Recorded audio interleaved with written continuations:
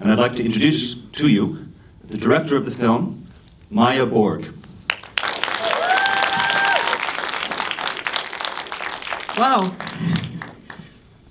It's now 5 years ago since I was right here at the Edinburgh Film Festival pitching a film about an alternative economic system. And this is before the economic collapse, and this is before people were really talking about economy, but there were still some brave people seeing the relevance of this subject and made it possible for me to start this rather epic journey it turned into. It's been a bit of a dream and a bit of a nightmare making this film. But however frustrating it has been to have to reply the same thing year in and year out when people are asking me what I am working on for the moment. This film needed this 5 years or it wouldn't have been the film it has become. I'm not going to speak very much now. I'm just going to say that apart from having two brilliant producers and a very, very fantastic team, this film wouldn't at all have been possible without obviously the contributors, especially Jack Fresco and Roxanne Meadows at the Venus Project, who completely let me into their life and to their home, and they allowed me to completely explore the life work, which is quite an amazing position to be in. But equally important, the people who has taught me to love, many of them are here today. Without them, there wouldn't have been the film either. So for the moment, I am just gonna say thank you for coming tonight and sharing the world premiere of Due to My Love with me. And I hope you enjoy it.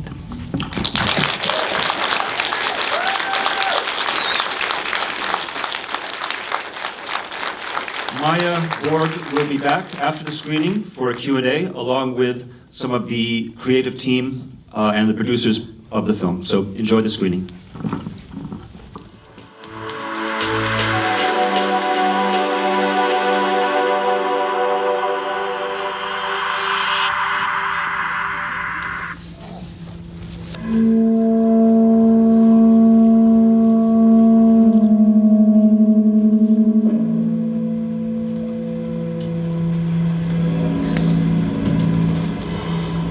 At what point did it become clear to you that the film would take the form that it finally has, that in which you are telling the story of the Venus Project, telling the story of Jacques and his ideas, and you are interweaving it with the story of your own personal relationship? When we started this film in 2007, there wasn't really much talk about economy in general. We started to make a film that was quite full of information of how the economy works and don't work.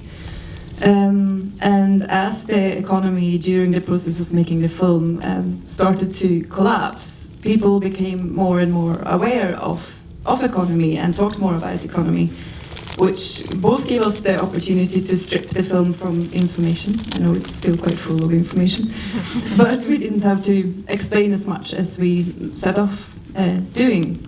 But at the same time, there was also new questions raised, maybe deeper questions about the crisis of losing this thing that has given us security. And we needed to find a way of exploring that. And this is about halfway into the process, I think. So that was our big crisis with the film. Basically, we had a very long film with a lot of information that read quite well as a book, but it didn't explore where we needed to go with the film. So that's when I decided, even though I didn't want to from the outset, to actually include my own perspective. Because I was thinking very much, how can we get a deeper access point to theories that so often are abstract and not very present in people's actual lives, even though it dictates people's actual lives. And then I asked myself the questions, what if I explore economy as a human relationship, which it is. It's an agreement that we have made in how we are to live together in a finite physical world.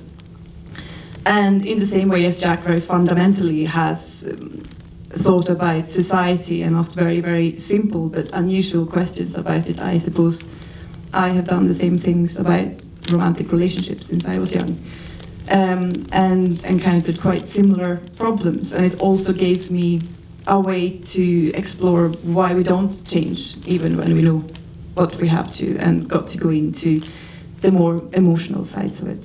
So that was my way into it, and I had some experiments to see if that would work to draw the people in, and it gave a different kind of light, I think, to the issues. Now, the scenes with Nadia seem to have been shot in Super 8, is that right? Yep. Yes, they were. And black and white, obviously. Could you tell us about that decision? What motivated this aesthetic choice, and how would you comment on that for us? I think there was two reasons for that. I mean, when we made Ottica Zero, which was the short, we decided to portray a futuristic with an older medium, because Jack's world is both very new and at the same time it looks retrospective. It looks like something from the 60s and 70s. And what I find when I work with film as opposed to digital medium is that you don't have control over it. And I love digital media, but you have to know what you want. You basically have to know exactly what to say. And if you know that, you can construct anything. But this film was very much a search. So I needed something that I was not in control over, something that I could respond to. And Super 8 is a very hard medium to control. So we set ourselves that challenge, so we had that challenge to respond to. It seems that there's almost a kind of a paradox in the film, in the ideas in the film, in that what Jacques Fresco is talking about, and what you show throughout in the scenes with him, is a commitment to the future, a commitment to constant change. I mean, he says this, that he never wants to stop at one set idea. He wants to keep going. And if you stop, you're dead. Whereas, perhaps somewhat paradoxically, you in the film seem to be very much fixed on your own, on this relationship and your feelings about the other person, and that this is something that you're trying in some sense to preserve. Is that, I mean, how would you react to this interpretation? I think it's absolutely correct, and I don't think there's anything the film is trying to shy away from, that life is a set of different types of paradoxes, and it's the tension between these contradictions that we all the time have to relate to. We have to project some kind of future, to have somewhere to move towards, and at the same time we can never live in the future. We can only imagine the future, and all that we have is some sort of emergence or evolvement of the present. So I think you need to understand your past, and I think you need to be able to create a future in order to not stagnate and stop changing as much as you need to. The filming took, in fact, or the entire production, as I understand, took 5 years, is that right? Yes, 5 years. Yeah. And how much of that was shooting? We started to shoot very early as a part of the research. But I mean, Jack is now 97. So some of the performances that I got out of Jack, they were actually more energetic and better when I was researching. So it's quite a lot of that material in the actual film. So yeah, it's very much filmed over the process of these 5 years. Mm-hmm. And did you shoot the black and white footage concurrently with the color footage, or at a different time? Some of the black and white footage is from before I started with Future My Love, from Ottica Zero, the short film, stuff that I haven't used, and some shots are actually in both films. But when we made the decision about halfway into the production that we needed this outer layer, I did another shoot with Nadia in Rome. you convey a very interesting portrait, social portrait of rural America, and the signs of economic collapse, the problems of the people there, and everything in terms of this road movement, picking up in cars.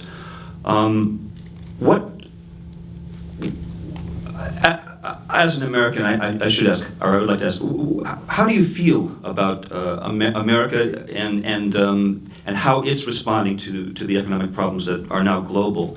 I mean, do you feel that something about the American character, so to speak, is different in its response from the European, say? Well, yeah, of course there are differences between America and Europe, but I think from the start it was very clear that it was not going to be a film about an American problem. And I mean, we do leave America, and the reason why we're so much in America is because we are retracing Jack Fresco's footstep. And of course, it's the idea or the utopia, if you like, of the free world that we now see the end of. But it was very important to go outside of America and do the stuff that we did in both England and in Italy and in Sweden. Jack doesn't see himself as an American, even though he, I would say, is one of the kind of Americans that I have met, even though he's incredibly unique in the world. But he's obviously responding from the position of having been a teenager during the Great Depression in New York. And I think that is to be able to speak about that and speak about how you felt at that point and relate that to now, it's something that is quite rare and quite precious. Thank you. Question in the back there. You'll have to speak loudly. Jack seemed to express a fear of that he might be gone soon and that he can't carry on his work. Was there any point that he spoke about an apprentice, or does he have any children, or has he passed on his knowledge at all? He did have a daughter who passed away 2 years ago. And Roxanne actually quite often say that her choice not to have children is her gift to the world. I mean, they both have very, very much devoted their whole lives to their project. And even today, I don't think they have had a holiday for the last 30 years. They really work every day.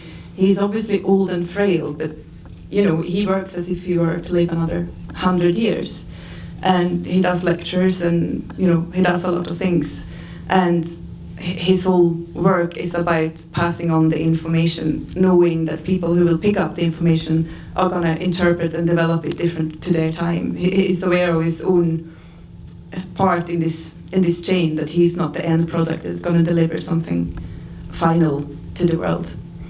But they do have more of a following now than they did have when we started to make the film, and they are doing whatever they can to give away this information. Thank you so much.